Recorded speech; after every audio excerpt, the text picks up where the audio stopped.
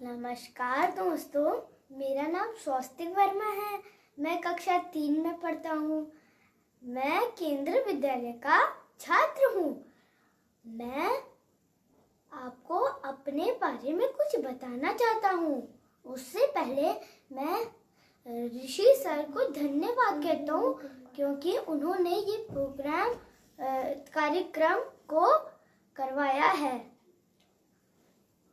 अब शुरू करते हैं।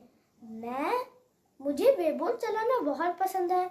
मुझे हुला हो चलाना बहुत पसंद है। मुझे अपने भाई के साथ खेलना पसंद है। मैं अपने भाई के साथ टीवी भी देखता हूँ। मैं क्ले मॉडलिंग भी करता हूँ, पर लॉकडाउन की वजह से मैं नहीं जा पाता। पर मैं कभी कभी घर पर प्रैक्टिस करता हूँ। मैं हारमोनियम भी कभी कभी बजाता हूँ। कभी कभी पापा मुझे तबला भी बजाने को कभी कभी देते हैं। हाँ, और फिर मैं कभी कभी पापा अपनी मम्मी की हेल्प करता हूँ। मैं अपने भाई, मम्मी, पापा के साथ, परिवार के साथ रहता हूँ। मैं अपने परिवार को बहुत प्यार करता हूँ। अब शुरू करते हैं। जादुई टोपी। एक बहुत समय पहले की बात है। एक गांव में एक जादूगर रहता था। उसका नाम रमेश था। वो तरह तरह की जादू दिखाता था। और एक दिन उनके पिताजी बीमार पड़ गए। उनके बेटे का नाम राहुल था।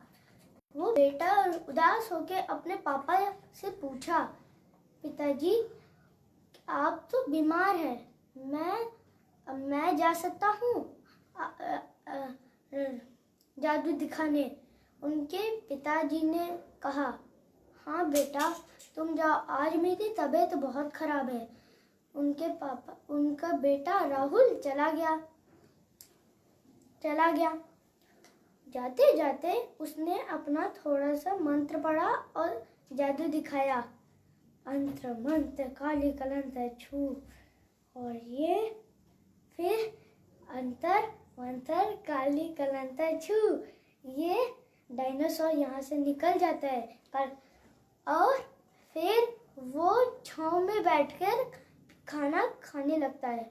खाना खाते वह एक चिड़िया आती है और उसका टोपी उठाकर ले जाती है।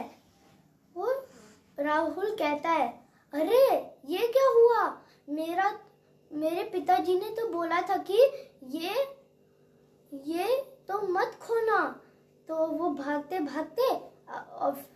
भागते चिड़िया के पीछे, और वो तब तक जंगल पहुंच चुका था। जंगल में बहुत जानवर रहते थे।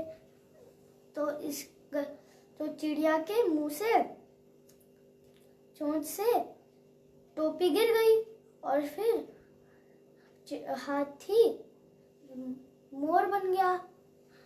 और फिर उसने बोला, अरे ये क्या हुआ? मेरी सूंड का, मेरे पास तो चोंच हो गई, मेरे पास रंग कैसे हो गया? वैसे ही राहुल ने बोला, हाथी, मैं तुम्हें ठीक कर दूंगा। तो उसने एक जादुई मंत्र पढ़ा और हाथी को पहले जैसा कर दिया। फिर हाथी बोला, धन्यवाद राहुल, तुम तो बहुत अच्छे हो। फिर राहुल ने बोला, कोई बात नहीं हाथी। फिर उसने चिड़िया से पूछा, चिड़िया, तुमने मेरा टोपी क्यों चोरी कर लिया? तो चिड़िया बोली उदास होकर कि मैंने एक पहले से अपना एक घोंसला बना के रखा था, तो किसी ने शैतानी करके मेरा घोंसला तोड़ दिया। तो मैंने टोपी को घोंसला समझकर उसको अपने पेड़ पर रखने जा रही थी। तो मैं अगर अंडा जमीन पर देखती तो कोई खा जाता मेरे अंडे को। तो इसलिए मैंने तुम्हारी गलती से टोपी उठाकर अपने अपने पेड़ पर रख दी थी। तो फिर राहुल ने बोला कि चिड़िया और हाथी, तुम दोनों मेरे साथ आकर मेरी मदद करोगे जादू दिखाने के लिए। हाथी और चिड़िया बोलती है, हाँ हम लोग दिखाएंगे।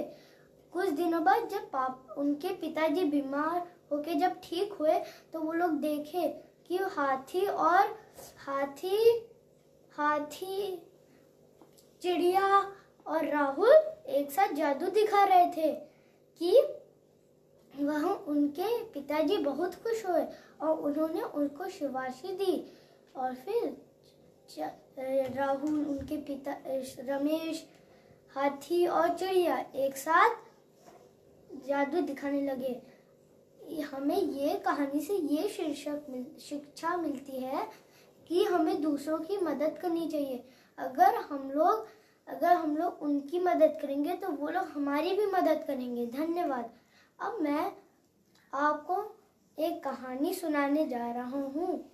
उसका शीर्षक है Neena and the baby sparrows. एक लड़की थी, उसका नाम नीना था। वो रोज दुखी रहती थी, पर उनके सारे परिवार सुखी रहते थे। उनके पिताजी सुखी रहते थे और सब सुखी रहते थे, बस नीना दुखी रहती थी। और फिर दिल्ली में उनकी आंटी की शादी थी। तो फिर वो लोग सामान इकट्ठा करके रखने लगे और फिर वो लोग पैकिंग करने लगे। पर बस नीना ही दुखी थी अपने कमरे में बैठे बैठे। वैसे ही उनकी मम्मी आई और कही, बेटा तुम क्यों नहीं चलोगी शॉपिंग करने? तो नीना बोली, नहीं माँ, मुझे तो नहीं जाना। तो उनकी मम्मी पूछती है, क्यों बेटा, क्यों नहीं जाना? तो फिर वो रोते रोते कहती है कि जहाँ मैं खेलती हूँ, पढ़ाई करती हूँ, वहाँ पे एक चिड़िया ने घोंसला बना दिया है। वहाँ पर वो रहने लगी है। मैं उनके साथ खेलती हूँ, दौड़ती हूँ और उनके साथ मज़े बहुत करती हूँ। अगर हम लोग दिल्ली जाएं और सब बंद कर दे तो उनकी मम्मी उन्हें ना खाना खिला पाएंगी, ना उनको पानी पिला पाएंगी। तो इस तरह उनकी मम्मी ने कहा, नहीं रो मत बेटा, हमारे पास एक विचार है कि हम लोग सारा दरवाजा बंद कर देंगे, सब खिड़की बंद कर देंगे, केवल तुम्हारे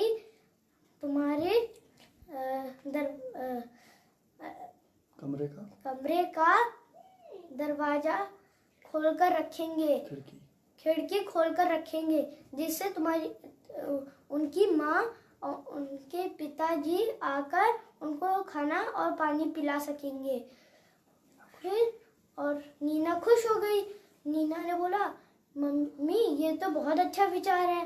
वैसे ही फिर वो दुकान गई और अपना ये सब कपड़े खरीद के आने लगी।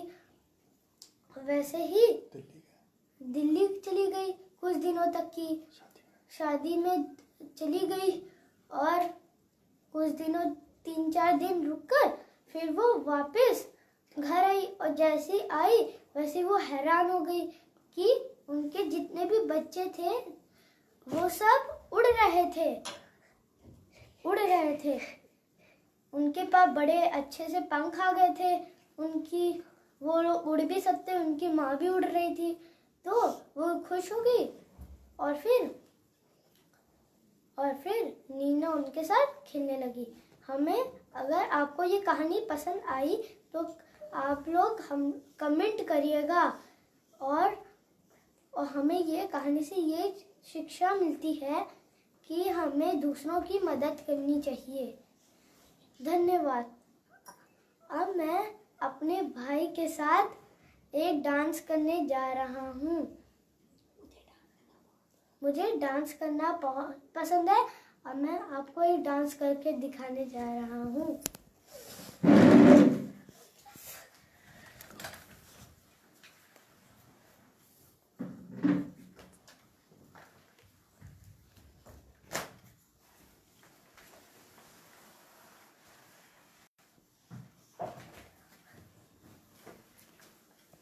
मैं स्टार्ट कर दूंगा।